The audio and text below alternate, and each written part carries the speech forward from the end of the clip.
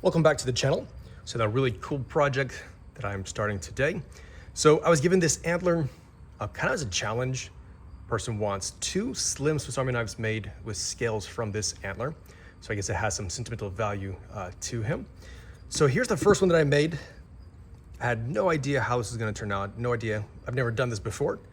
And so super pleased with the result. It's nice and smooth. Almost looks like marble to me. Anyways, I thought it was really cool.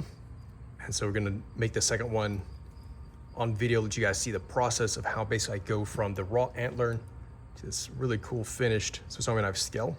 So let's go ahead and jump right into that project.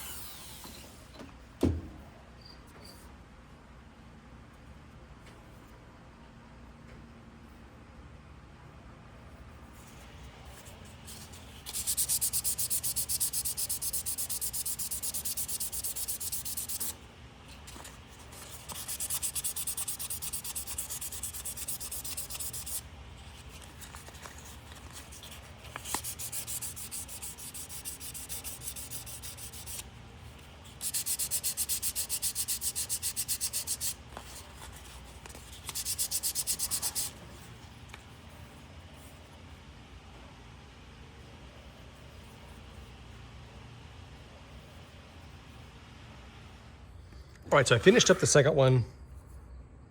So kind of identical to the first one here, as you can see. And again, I think that just looks really cool, the pattern. Now on this one, we were a bit closer to the inside of the bone of the antler. So it's a bit more brown than it was on this one. But I still think it adds a lot of character to the scale itself. So definitely really cool with that. All right, so as I said at the beginning of the video, the guy who requested this wants it a slim build. And so literally we're just gonna be using just the blade and the awl.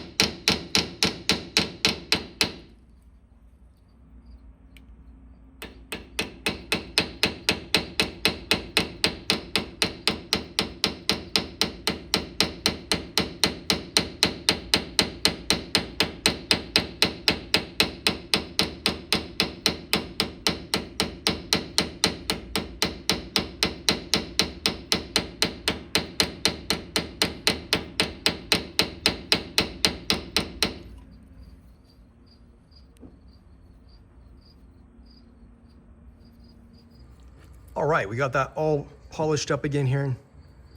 Super pleased with how that looks, nice and smooth.